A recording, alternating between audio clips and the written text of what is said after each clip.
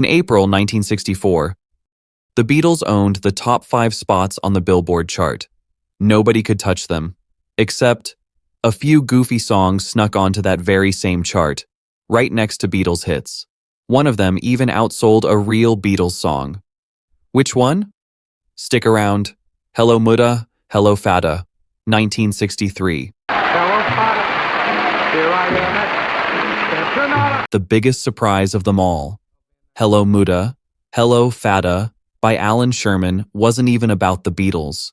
It was a silly letter from a kid complaining about summer camp. But in 1963, this song hit number 2 on the Billboard Hot 100. It actually reached number 1 on the Cashbox chart too. That's huge. The tune was borrowed from a classical Italian opera, believe it or not. Sherman's album, My Son the Nut, sat at number 1 for almost 2 months.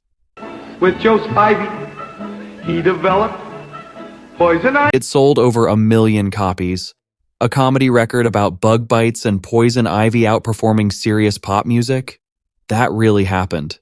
This song was so loved that in 2019, the Library of Congress added it to the National Recording Registry for being historically important. Not bad for a joke about camp food. If you're enjoying these wild music facts, smash that subscribe button and hit the like icon. It really helps this channel grow, and there's a lot more strange music history coming your way. Alligators! And the head coach wants no sissies. Friends Got a Beetle Haircut, 1964. Next up, My Boyfriend's Got a Beetle Haircut by Donna Lynn. This one came out in 1964, right when Beetle-mania hit its peak. The song poked fun at how every boy suddenly wanted long, shaggy hair like John, Paul, George, and Ringo. Parents everywhere were confused, and teachers were annoyed. This tune captured that exact moment perfectly. It was one of dozens of quickly made novelty records trying to cash in on Beatles fever. Record labels scrambled to release anything Beatles-related in 1964. Many artists rushed these songs out in just days. My boyfriend got a Beetle haircut, now I can. Donna Lynn's version stood out because it was fun, catchy, and told a real story teenagers understood. It showed how deeply the Beatles had changed everyday life, right down to hairstyles at school. It's a fun little time capsule of just how wild that year truly was for pop culture and fashion. No, I can't. His phone is busy. Oh, We Love You Beatles, 1964. we love you, Beatles. Oh, yes, we do. We love you, Beatles. We Love You Beatles by the Carefrees, a British girl group. This song actually charted at number 39 on the Billboard Hot 100 in 1964. That made it the only Beatles tribute song to crack the top 40 that year. On the exact same chart where the Beatles held the entire top 5, this fan song was climbing right alongside them. Oh, Beatles, we love you. Yeah, yeah, yeah, yeah. It even borrowed musical bits from the Beatles song She Loves You. The lyrics answered that song directly, like a reply letter set to music. The group had actually recorded the tune the year before, then rushed it out once Beatlemania exploded in America. It's wild to imagine a tribute song sitting on the same chart as the band it was praising, competing for the very same listener's attention every single week. Where you go, we'll follow you. When you're not near to us. The Boy with the Beetle Haircut, 1964. The Boy with the Beetle Haircut by the Swans followed a similar wave. Like Donna Lynn's song, it focused on the massive haircut craze sweeping through schools nationwide. Beetle wigs became a top-selling toy in 1964, and kids begged their parents for that exact mop-top look. Songs like this one captured a strange cultural moment where a hairstyle became bigger news than most actual music releases. Record companies noticed teenagers would buy almost anything connected to the Beatles, even songs that barely mentioned the band's music itself. This turned into a small but memorable trend of haircut songs that year. It shows just how much power 4 musicians from Liverpool had over fashion, attitude, and even barbershop conversations across America, all within a matter of months after their arrival. Boy with the Beetle haircut sits next to me in school. Ringo, I Love You, 1964. Here's a shocking one. Ringo, I Love You was recorded by an 18-year-old singer using the fake name Bonnie Jo Mason. That singer was actually Cher, years before she became famous. It was produced by legendary producer Phil Spector himself. Radio stations refused to play it because Cher's deep voice sounded like a boy singing love songs to Ringo Starr. The single completely failed to chart nationally. It only got minor airplay in Buffalo, New York.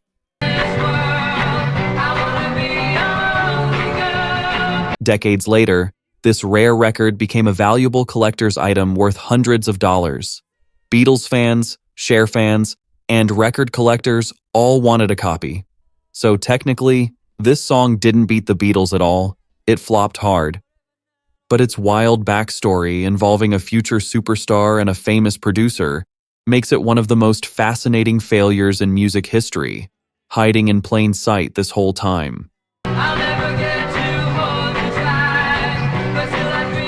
A Letter to the Beatles, 1964. Fell in love with a singing group from England far away. A Letter to the Beatles by the Four Preps landed at number 85 on that same legendary April 1964 chart.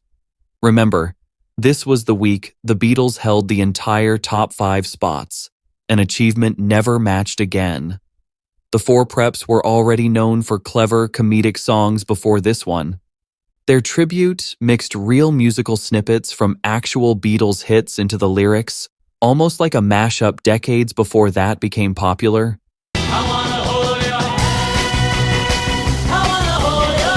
Even competing directly against the band they admired, the group managed to squeeze onto the chart during the most Beatles-dominated week in music history. 12 total Beatles songs filled that chart at once. Somehow, this parody song found just enough room to join them, proving that even a joke song could ride the wave of pure Beetle-mania all the way onto the Billboard chart. Saying you're so fine, you can have The Chipmunks Sing the Beatles Hits, 1964. Got your hair on straight? Now here's a genuinely wholesome one. Alvin and the Chipmunks released The Chipmunks Sing the Beatles Hits in 1964. This wasn't just some quick cash grab either. Ross Bagdasarian, the man behind the Chipmunks, actually flew to London and met the Beatles in person. He asked for their blessing, and they gave it happily. The album climbed all the way to number 14 on the Billboard 200 Albums chart. It stayed on the charts for more than 5 months straight. Even more impressive, it won a Grammy Award for Best Engineered Recording.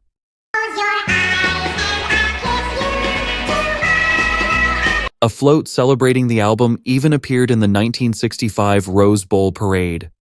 Songs like All My Loving and She Loves You got the high-pitched chipmunk treatment, and somehow it worked beautifully. This remains the most reissued album in Chipmunks history, proving squeaky voices and Beatles songs made a surprisingly perfect combination for families everywhere. Leader of the Laundromat, 1965. Where'd you meet her?